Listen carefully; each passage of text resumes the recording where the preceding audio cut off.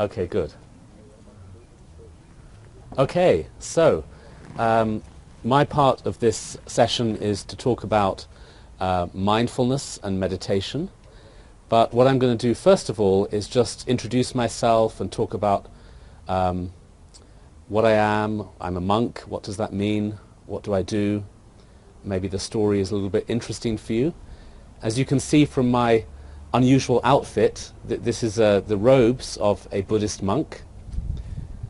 I'm sure many of you have heard about Buddhism. It's one of the major religions of the world, although it's more like a philosophy than a religion, because it's a way of training the mind, a way of thinking, that actually many people who are not interested in religion, they find Buddhist ideas very useful, and also people in other religions find Buddhist ideas quite useful, because it's simply a way of a philosophy for mental development. So it's something which many people are interested in. And within Buddhism, there are a few people who become monks. So not all Buddhists dress like this. Most Buddhists, you wouldn't even know that they are Buddhists. They're people wearing ordinary clothes with families and jobs, etc. But then some people choose to become monks. You have monks in other religions as well. You have Christian monks and nuns, and also in other religions. So why did I become a Buddhist monk? Well, actually, as I was growing up, when I was growing up, I had no plans to be a Buddhist monk at all. I trained as an actor, and I was living in London and then in New York, and I was completely uninterested in anything to do with religion or spirituality or even meditation. I remember when I was acting in New York, my best friend was going to meditation classes and kept trying to drag me along, and I said, no, I'll meet you in the bar afterwards. I was completely uninterested in anything like that. But what happened to me is actually a very similar story to Shane, which is that very serious illness was like a wake-up call. You heard in Shane's talk how she had diabetes, and that made her completely reevaluate her life and learn a new way of living, and then now she passes that wisdom and knowledge on to other people. Similar thing happened to me, in that I was 21, I was living in New York, and I was incredibly stressed.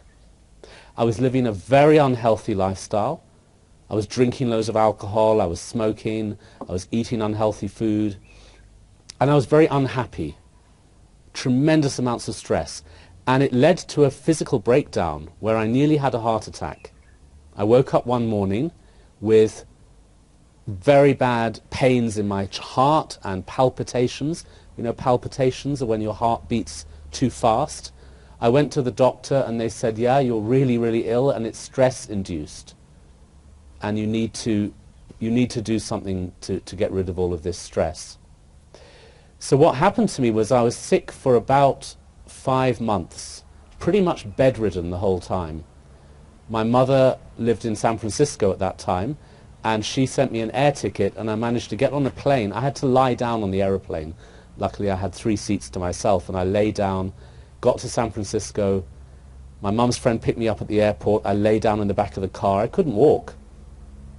And took me to my mum's house, and I just went to bed for months. And she looked after me. She gave me lots of nutritious food, and we had a friend there who did Chinese medicine, so he gave me lots of acupuncture treatment. And all the Western doctors could tell me is that you're really stressed. That's it. So what I needed was something to really take care of my mind. And while I was staying at my mother's house, I started to read a lot of books about Buddhist meditation. And I started to think, well, here is a system of training that could help me to transform my mind. Because meditation helps you to reduce stress and find inner peace, clarity, happiness, all of those things. And a friend of mine, a very old friend, like my best friend from childhood, she was also there, and she said, did you know that there's a Tibetan monastery in Scotland? A Tibetan Buddhist monastery in Scotland where you can be a monk for 1 year. As soon as she said this, I thought, that's such a radical, crazy idea. Maybe it could just work. And I decided to go there. She came with me. She became a nun. Women become nuns, men become monks. And it was going to be just for a year. And my health was starting to improve through the acupuncture, the nutritious food, etc. But I was still deeply unhappy and deeply stressed. And so I went to this monastery. It's in the borders of Scotland, and it's run by Tibetan lamas. You know about Tibet? Tibet is a country which has now been taken over by China, and it's to the above the north of India. And it's one of the homes of Buddhism. Buddhism started 2,500 years ago in India, and then it spread to other countries such as Burma, Sri Lanka, Thailand, and Tibet. You've probably heard about the Dalai Lama. Have you heard of the Dalai Lama? He's the head of Tibetan Buddhism. So anyway, that's where I went. I went to this Tibetan Buddhist monastery in Scotland, and after 3 days I was a monk. So they shave your head, and then you put on these special robes, and there's a special ceremony where you go into a temple and you kneel in front of the shrine. There's a shrine with the Buddha statue, and with the abbot of the monastery you take the vows of a monk. But only for 1 year. That was the plan, just 1 year. Well, that 1 year has become 25 years. So this was 25 years ago. So what happened to me at the end of that year was I decided to stay. I decided I wanted to be a monk for longer. So I took vows for another year. And in my second year of being a monk, I went into a meditation retreat for 9 months. And during those 9 months, I stayed in a building and didn't have any contact with the outside world. And I meditated for many, many hours each day. And the meditations helped me to calm my stress down, but also helped me to think about life in a different way. And I started to think about how important it is to help others. Because before I arrived at the monastery, my whole life was just about my ego, myself. I wanted to be rich and famous, and material gain was everything to me. But now I was thinking about spirituality, and I was thinking about compassion and helping the world. These kind of ideas were coming up in my mind as I was meditating. And so when I came out of that 9-month retreat, I decided I would stay and be a fully lifelong monk.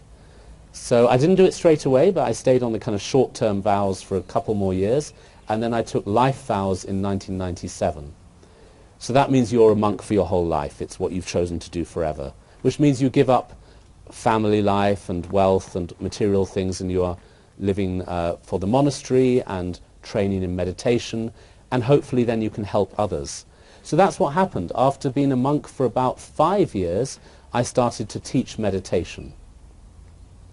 And I started to teach meditation in the UK, that's where I'm based, in England, in a lot of prisons.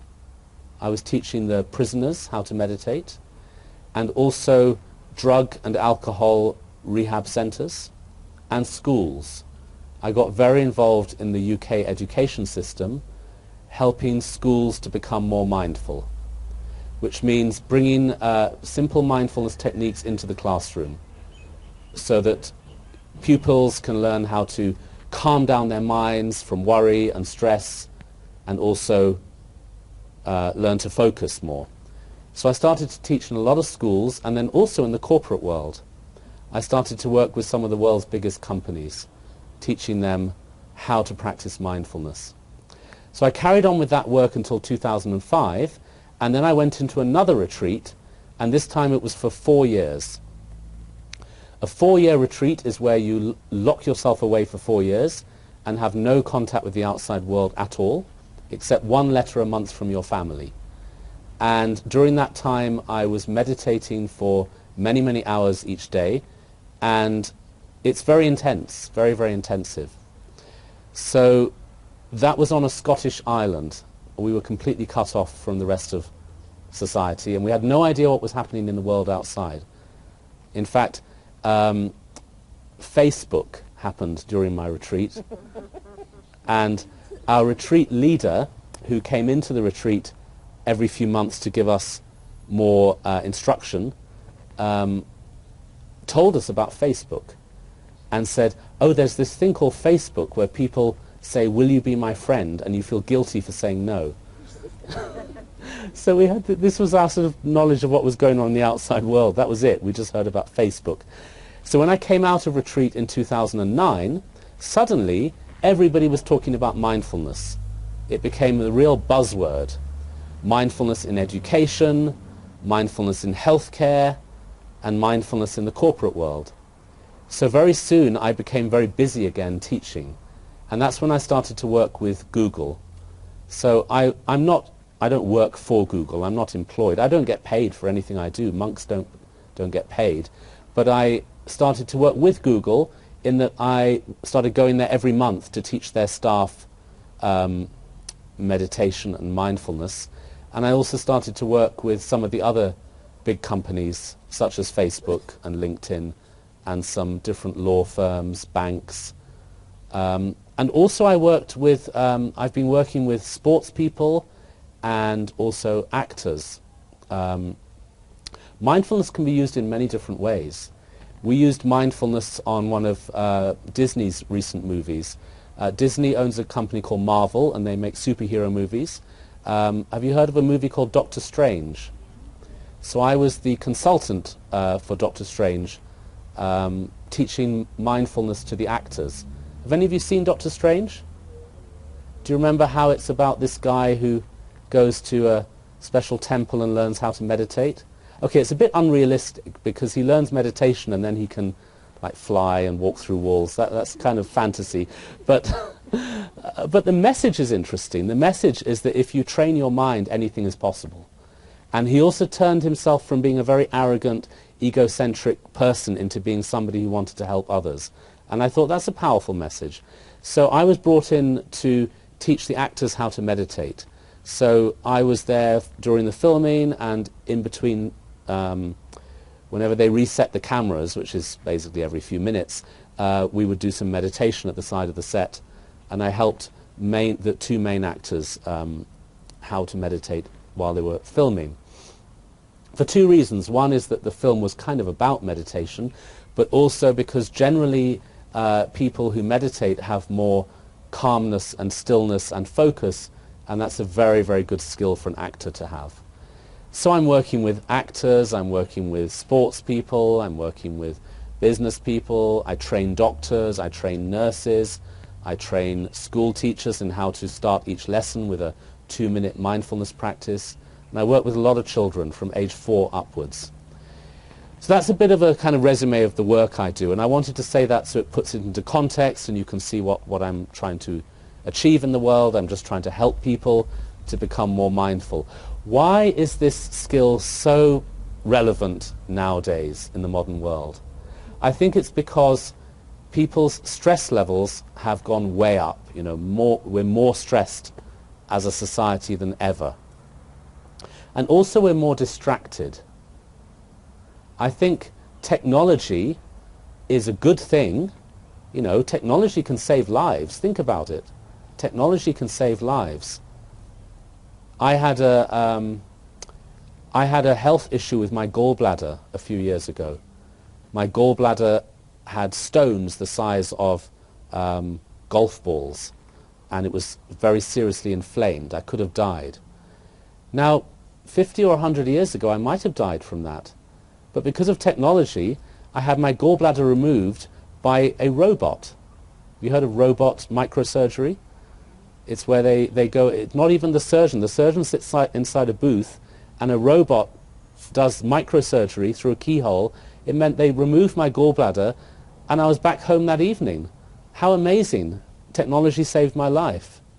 Whereas in the old days it would have been a huge operation that I could have died from. And technology also helps us to communicate. It helps us to become a global society. It helps us to share information and share knowledge. So technology is good stuff, but there is a downside, which is that if we use it in an undisciplined way, it can make us more distracted. You know how it is when you're constantly checking your phone? You know, our phone is constantly buzzing in our pocket and we're checking, what is it, and this makes us more distracted. It's become harder now for people to focus because their minds are so scattered. We're constantly bombarded with so much information so much imagery, visual stimulation. Our attention span has got shorter. You can prove this by watching the difference between old movies and new movies. You know, when you see an old movie, it seems kind of boring, doesn't it? Because the camera stays very long on one image, you know? And modern movies, they move very, very fast. Look at modern TV commercials. They have hundreds of shots within 1 minute. Because the attention span of the viewer is shorter. People get bored more easily. You've got to capture their attention. They need something more exciting, more visually stimulating. Have any of you ever been to a 4D cinema? Yeah? This is something in South Africa. It hasn't reached Europe yet. South Africa seems to be leading the way in terms of this kind of entertainment. 4D cinema is where you're watching a 3D movie, but your seat moves at the same time. So if you're watching a car chase, your entire seat moves with the car chase. I mean, that sounds kind of cool and exciting, yeah? But actually, if you think about it, it's proof that we're needing more and more visual stimulation and excitement and color and shape and imagery on the screen in order to keep our attention. And when you watch old movies, they just seem really boring. So for me, this is a very significant thing because it shows that our attention span has got shorter. And because people are constantly looking at social media, constantly checking their phone, they've lost sight of how to be in the present moment. You know? They've lost how to be in the present moment. Now people can't just enjoy themselves. They have to constantly take photos and post them on Instagram. Constantly. Because they can't just be. They have to constantly photograph everything and post it online. I went to one of the most beautiful places in the world a couple of years ago. It's Iceland. Have any of you heard of Iceland? It's a really cold country in the north, where they have this incredible thing where water, boiling hot water, explodes out of the ground. They're called geyser, the geysers, almost like a volcano of water. And the most beautiful one is in the center of Iceland, and it's where the water explodes every 15 minutes in this huge explosion. So round the crater were like 100 people waiting for this explosion. What do you think they were all doing? They all had their cell phone ready to photograph it and post it online. And I was standing there thinking, why can't they just be here and watch it? It has to be filtered through, photograph it and post it, and see if other people like it. You know what I mean? Yeah. Aren't we living in a culture where we're constantly having to get other people to like our experiences? We post something on social media and count how many likes we got. I think it makes us more insecure, because if we don't get enough likes on our picture, we feel it wasn't worth it. Other people didn't validate our experience. Do you know what I mean by validate our experience? It's where you have an experience and then you check if other people like it, and then you feel it's okay and you can like it. This is creating a lot of anxiety and depression in young people. Young people are experiencing mental health issues because of overuse of social media. So I think these are some of the elements behind why our stress levels have increased. We're completely obsessed with our phones. The pace of life is just too fast. Everything's really pressurized. So that all sounds like terrible news, but here's the good news. The good news is that if you practice things like mindfulness and meditation, you can kind of stay on top of that. You don't get so wound up by it all. You can learn to have moments of peace, moments of stillness. And this can really recharge your mental batteries. I want to give you a very interesting example of this. You know, when you're sitting in the car and you're stuck in traffic, how do you normally feel? Do you feel kind of irritated, like wound up? How do you feel? Huh? I feel anxious. Anxious? Like maybe the person in front of you won't move when the green light starts. Yeah. There's a taxi that moves in front of you. Yeah. And you just rage. Yeah. Road rage. Have you heard that phrase, road rage? The traffic around here is pretty bad, isn't it? Johannesburg. It's not as bad as Los Angeles. In LA, it takes like an hour to get around the block, sometimes. But anyway, traffic, things like that, standing in a queue. What about when you're standing in line, standing in a queue? How do you feel? So I want to give you an example. You know, when you're stuck in traffic or standing in a queue, and you're feeling a bit kind of like impatient, anxious, etc. Well, that's just a state of mind, isn't it? It's not actually the reality. The reality is you're just sitting in a car, but you are having an anxious reaction. These are reactions, you know? These are things you can change. So what can you do? You can go into a mindfulness exercise. So what is a mindfulness exercise? Mindfulness means bringing your mind into the present moment and being aware of your breathing or your body. You know, for example, you could just be aware of feeling the car seat under your body. You can relax and feel the chair under you, or feel the ground under your feet, or you could focus on your own breathing. I don't mean like deep breathing, just breathing normally, but you're focusing on your own breathing, and this calms down your mind. Why does it calm down your mind? Is because what happens is you're detaching your mind from all those thoughts and emotions and feelings, and you're putting your attention into the present moment. And this helps you to train yourself not to get caught up in negative reactions. Also, on a physical level, it helps the muscles in your body relax. Then deep inside your body, it calms down all the stress hormones. Hormones are the chemicals in our body, and they're activated at various times for various reasons. Well, when we're stressed, our body starts to activate a hormone called cortisol. Cortisol is the stress chemical that we do need when we are in a very high state of danger. You know, if, for example, an animal, you see when animals are running away from lions, they're in what's called the fight or flight reaction. Have you heard of fight or flight? What do you think that means? What does fight or flight mean? Can you tell me? So you know animals, or here in Africa you see this all the time, when you see zebra and then they're grazing in the fields and then the lions show up. What happens to the zebra? What do they do? Yeah. They flee. I don't think a zebra can fight a lion. It's more flee than flight, isn't it? Yeah. Sometimes they also freeze. Yeah. That's another thing. Fight, flight, or freeze. Yeah. They go. That's a state of shock. They're in a state of panic. But actually it's quite useful. Fight or flight is quite useful if you're a zebra in danger from lions, because you've got to get away. But what happens to those zebra when they run away from the lion? They run from the lion, and then what happens? They usually stop. Yeah, they go back to grazing in the field. So some of them get eaten, which is unfortunate, yeah? But those who survive, those zebra flee to safety, and then they're back to grazing. The stress is gone. That's the healthy fight or flight reaction. You go into a state of fight or flight, you get to safety, you're back to normal. Humans have this as well. But the problem is that we humans are now not always in danger. We used to be, centuries ago, when we lived as hunter-gatherers, we were in danger pretty much all the time. We had to be in that kind of heightened state of cortisol, but then when we were safe, the cortisol would go down again. Goes up, goes down. The problem is nowadays, we are not in danger when we're sitting in the school classroom, or when we're an adult, we're working in the office, we're just working or studying. But the brain is primed for that fight or flight reaction, and every time there's any kind of pressure, cortisol is released in the body. And the problem is that we don't burn it off, because we're not like a zebra running from a lion. We're having this kind of stress feeling. Do any of you get stressed? Can you describe how that feels? Yeah? My muscles might go into spasm. Really? That's a strong stress reaction. Mindfulness could really help with this, you know. It could really, really help.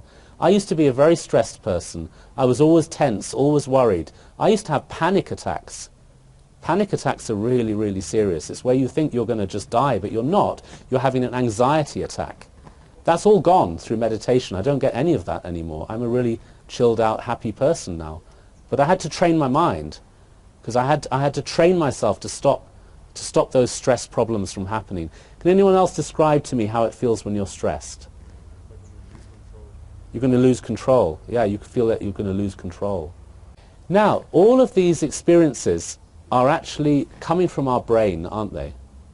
It's a mental reaction that then manifests in your body.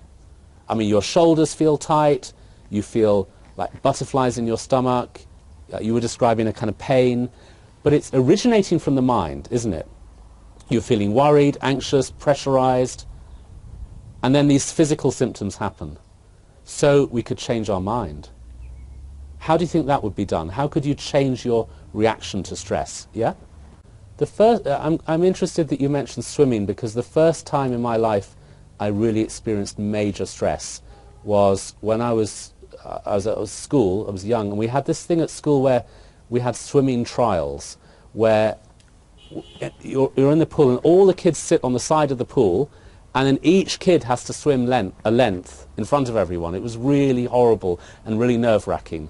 And I was really bad at swimming and any kind of sports. And so everyone's sitting there, you get in the pool, you swim up and down. Okay, so you know what happened to me? I did my length, and halfway through, the elastic on my swimming, on my swimming trunks broke. I'm swimming, and my swimming shorts are like literally going down my legs and falling off. Literally, and I'm pulling them up with one hand and swimming with the other hand. Okay, and then I get to the end of the pool, and you have to go up this ladder to get out. You have to use both hands. Can you imagine what happened? Shorts around the ankles. So embarrassing. I was so mortified. I remember that. It's sort of traumatic thing that happened to me. And I was like super stressed, and really, I couldn't look at anybody afterwards. So embarrassed. That was my first experience of stress. And as I went through school, I remember getting really stressed in exams, and I was bullied at school as well. I was bullied. I had no friends, and I had a hard time at school. And if somebody had told me about mindfulness, it would have changed everything. If somebody had told me there's a way that you can deal with your emotions and train yourself to be a calm, happy person, everything would have changed. You have a question? You also go insane. I nearly did, actually. Did you hear the question? He said, when I did my retreat, how did I not go insane? There was a moment when I thought I was going to go insane. I remember looking at the corner of the room, because we had a small room. I was looking at the corner, and I thought, I'm actually about to flip. I am actually about to lose my mind. And I just thought, just hold on. Just bring yourself into meditation. Meditate, focus on your breathing. Because I was having a panic attack. And as I focused on my breathing, the panic attack started to go down, and I started to get more and more calm. So that was like a high stress situation. But you guys are not in a retreat, but you're in school, and you experience stress, you experience tension. What you can do is bring down those levels through breathing exercises. Do you want to try one with me now? Let's try a little breathing exercise. Just sit comfortably, either on a chair or on the floor. You can lie down or sit, however you feel. And just close your eyes and really feel the chair or the floor underneath you, like through your body. You can feel it under your backside or your legs. Just feel the chair or the floor underneath you. Now be aware of your shoulders. What I'd like you to do is we're going to take a deep breath, and when we breathe in, we're going to lift our shoulders up as high as we can, almost so they touch our ears. And when we breathe out, we're going to drop our shoulders and feel that all the tension disappears. So with me, breathe in deep, lift up, and then drop and breathe out. Really deep. One more time. Breathe in deep, lift the shoulders, breathe out deep, let go of the stress. Last time. Breathe in deep, lift the shoulders. Now go back to normal breathing, just breathing normally. But try to focus on how your breathing feels. Can you feel the breathing in your chest or your belly or your nose? Where can you feel the breathing? Just focus in on that sensation of breathing, just for a few minutes. Breathing in and breathing out normally, but try to focus on the sensation of... Now, in your heads, count your breathing, but don't count each breath. Count an entire cycle, like breathing in and breathing out is 1, breathing in and breathing out is 2. Count those cycles and see how much you can count without getting distracted, because you might lose count, which means you got distracted, so then go back to number 1. Just try that for a few moments. Okay, now focus again on your body. Feel the ground under you. Just feel the sensation of the ground under your feet or your body if you're sitting on the floor. And to end the session, we're going to do a little moment of what's called compassion meditation, learning kindness. So spend a moment just wishing that you could have more happiness in your life and others can have more happiness in their life. Make a deep wish that you have peace and happiness in your own life, and may everybody else also have peace and happiness in their lives. It's a way of developing kindness and compassion. Okay, stop there. That took about 2 minutes. Do you see how it could be quite short? You could do that every morning or every evening. 2 minutes of sitting still, focusing on your body, and then focusing on your breathing.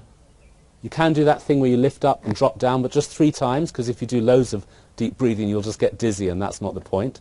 But the main thing is you focus on your body, and then the breath, and then count. How was that? Did you manage to count? Did you lose count? Did you get distracted? Yeah? Bit distracted, you start thinking about stuff. If you do, just go back to number 1. Because the whole point is you're going to have thoughts, you're going to be distracted, but you bring your attention back to the breathing. And that focuses your mind. It does 2 things. It calms down your stress, but it also focuses your mind, helps you to concentrate more. Mindfulness in education is really important because you can concentrate more, you can remember things more, because you're training your brain to be more present. And the area of your brain that relates to memory will be in better shape if you do a lot of mindfulness practice. So I want to give you a couple of methods. The one we just did was something you can do for 2 minutes every day, or 3 minutes, or 4 minutes, whatever. Another method as well is to have tiny moments. I call them micro moments. Tiny moments of mindfulness during your day. And this doesn't mean sitting still and counting your breathing. This is much more being mindful in tiny moments when you're doing things, like washing your hands, brushing your teeth, combing your hair. You know, little rituals that we do every day. How would you do those mindfully? Well, for example, washing your hands. You're washing your hands, and normally when you're washing your hands, your mind is somewhere else, isn't it? Your mind is thinking or daydreaming or not really in this moment. So washing your hands in this moment means feel the water and the soap and the movement of the hands. Say you're washing the dishes or washing your hands or doing simple actions. Just be present with the sensations of washing your hands. Brushing your teeth. You're brushing your teeth and you're feeling the brush against your tooth. You're literally feeling the sensation. What that means is that you're getting away from all those distracting thoughts and you're being completely focused on the present moment. Sometimes when you're just standing somewhere, feel the ground under your feet. Sometimes when you're sitting, feel the chair under your body. This stuff sounds really simple, but it's quite hard to remember to do it. But if you do it every day, many times, you start to become more of a mindful person, which means that you're more able to be in the present and bring down or calm down your stress. This increases happiness, it increases focus, calms down your stress. There are lots of different methods, but the ones I've shown you today are kind of starting methods. Do any of you have any questions? Anything you'd like me to talk about? Yes? I actually am doing a lot of work in the UK in this field. I'm working with a mental health advocate, and we've written a book together recently, and we're about to go on a tour talking about how meditation can be a very good intervention with depression, anxiety, because what happens with depression and anxiety is that the mind is going into a negative state. Yeah? So if you do a lot of meditation, you're learning to actually detach from those negative thoughts, worried thoughts, sad thoughts, and just be present. And there's amazing trials in this, and they're showing that meditation can cure these issues in many cases. But then there are more serious psychiatric conditions, for example, psychosis, bipolar, things which in some cases need medication, and in some of those cases doing meditation is not the right approach. So my monastery has many centres around the world, and one of our centres is a centre for people with mental health issues. And this is in Scotland. It's a beautiful log cabin in the woods with gardens. And people there who have very serious mental health issues, we don't get them to meditate, but we get them to do a lot of art and a lot of gardening. So with the art, it's kind of art therapy. We get them to draw big canvases, big pieces of paper. We get them to kind of draw their emotions with paint, and this helps them to release their emotions. It's a kind of meditation, but it's more active. We also get them to do a lot of gardening, which means we get their hands in the earth and we get them to dig and work with flowers. And this is very good for mental health issues because there's a sense of nourishment, growing these flowers. Also, it's very good for gut biodiversity, because a lot of mental health, which Shane will tell you more about, is to do with gut imbalance. And the bacteria in the soil, when you touch that and your hands are in touch with that, there's a transmission of the bacteria into your body which can really, really help. Anything else? Yes, at the back. How can you apply this during exams? Very good question. Exams are a funny thing, aren't they? Because no matter how much revision you've done, you're in this high-stress situation, and if you're stressed, it's harder to remember stuff, isn't it? Why is that? It's because when you're stressed, the cortisol blocks the ability for the hippocampus, not hippopotamus, hippocampus, which is the area of the brain connected with memory. It inhibits its activity. So it's a kind of catch-22. It's where you've done all this work, all this revision, but because you're nervous in the exam, you just can't remember anything. So it's really good to practice mindfulness. Now, mindfulness isn't like a quick fix that you can just switch on the day of the exam. You want to be preparing, which means do a bit of mindfulness every day, and then gradually that helps you to have less of an overload of cortisol in your body. So if you've done a little bit of mindfulness every day, for a few weeks maybe, then when it comes to exam time, you know how to manage that stress. You're just more calm. But another thing you can do in the exam, you know when you're sitting there in the test or the exam and you open the paper, don't immediately start the work, just take 3 mindful breaths.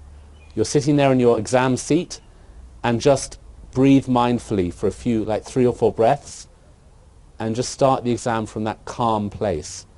Because if you start with panic, it just goes downhill. Does that help? Well, if you practice mindfulness every day, that gets your anger to have less power over you. Do you know what I mean when I say sometimes our emotions have too much power over us? Like anger, upset, sadness, jealousy, all of those things, greed. These are different emotions that sometimes really control our minds. You know how that feels when your emotions are controlling your mind? You don't want to feel angry, but you're just kind of filled with anger. You don't know what to do with it. Obviously, you shouldn't go around shouting at people to kind of get your anger out. That's no good. So then what are you going to do with it? Like Shane said earlier, you don't want to just bottle it up, because that will affect your stress levels. It even affects your physical health. So what can you do with your anger? Well, here's an answer. If you meditate every day, that teaches your mind how to not get caught up in your thoughts and emotions, because you're taking your attention away from your thought and into your breathing. And then over time, your anger will have less control over you, because you're learning how to just let go and come back to the present moment, to a state of balance. Then what if you are in a really angry mood? You're feeling a lot of anger. Go away and meditate. Sit yourself down somewhere quiet and just sit there and feel your anger fully. Really feel it. Like, is it in your body? Where do you feel it in your body? Tell me how it feels when you're angry. How does it feel? Sometimes there's like hot anger where you feel it's like fiery inside. There's another kind of anger that's like ice. You know, when you feel cold. You're in a really bad mood and you're cross with everybody, and you kind of like give that icy stare, you know what I mean? Stare at people like with ice. You feel really like cold inside.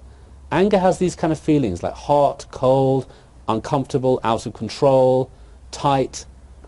Okay, so these are all coming from thoughts. Yeah, you feel it physically, but it's coming from a thought. The mind is holding on to an angry thought and doesn't know how to let go.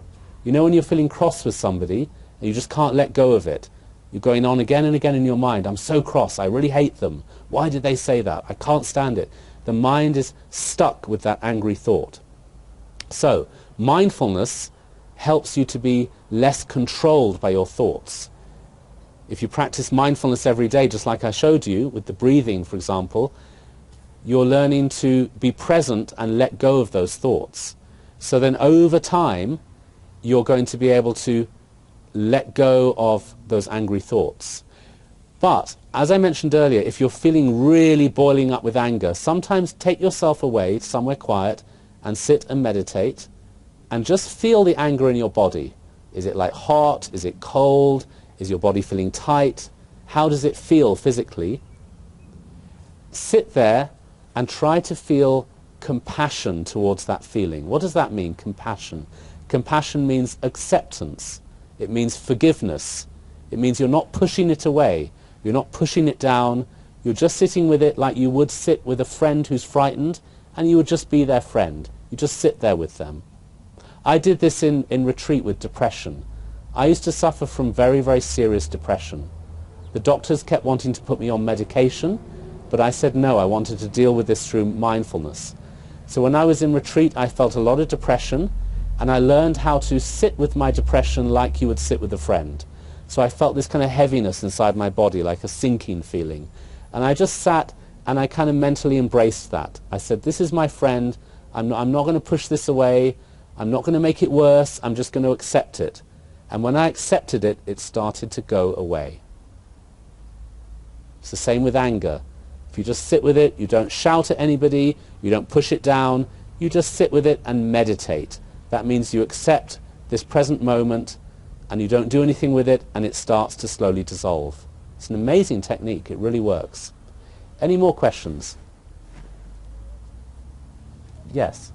Hi. How is mindfulness different from like TM? TM stands for Transcendental Meditation, which is an ancient technique from India, and it's a little bit more spiritual and religious because they use mantras. Technically, it's the same thing. When they use a mantra is like a kind of sacred sound that you say again and again in your head. Technically, it's the same because you're focusing on that one object, that one focus, and when thoughts take you away, you come back to the focus. It's just a different method of mindfulness. The reason why I personally do those methods. I don't do TM, but in Tibetan Buddhism we use mantra. But when I come to a school or a hospital or an organization, I'll teach something that's much more neutral, the breathing, because then it doesn't conflict with people's religious ideas. But technically it's the same. You have a question. Hi.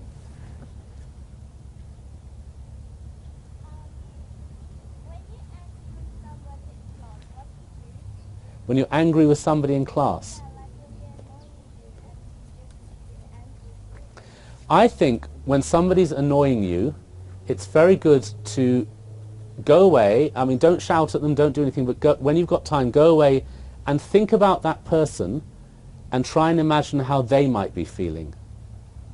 Put yourself in their shoes, in your mind, and think, okay, maybe this person is quite stressed today. Maybe they've got problems at home. Maybe there's things in their life that are making them angry, and that makes them quite annoying to other people. And because you put yourself in their shoes, you can start to forgive them. You know what I mean? You can forgive somebody when you imagine maybe they're in pain, maybe they're having a hard time. If you do that exercise again and again, your view of them changes. You had a question? Yeah, Sorry? How do I meditate with athletes? Well, the first time I worked with athletes, I worked with a rugby team in the UK. And what I did with them was I attended their warm-up session. And I explained to them how when they're doing warm-ups, if their mind is distracted, they're more likely to injure themselves. because they're distracted and they're doing all these stretches and they maybe push their body further than they should because they're not aware. So I got them to bring their attention totally into their body, and while they're stretching, really feel the stretch mentally as well as physically, and then it means mind and body are totally integrated, totally one, and they stretch with awareness and they stretch in a healthy way. That was one thing I worked with them. The other thing I worked with them is the simple breathing exercise like we did, and I said one benefit of this in terms of competitive sports or performance sports or anything like that is that you're learning to be totally present. You've got to be totally present when you're performing any kind of sports, because otherwise you won't do well. But another thing is when it's competitive sports, one of the big things is that when you lose a point or a goal, you're kind of feeling sad and depressed afterwards. You can't pick yourself up mentally to get on with the game. But if you do a lot of mindfulness, you can, because you're immediately in the next moment.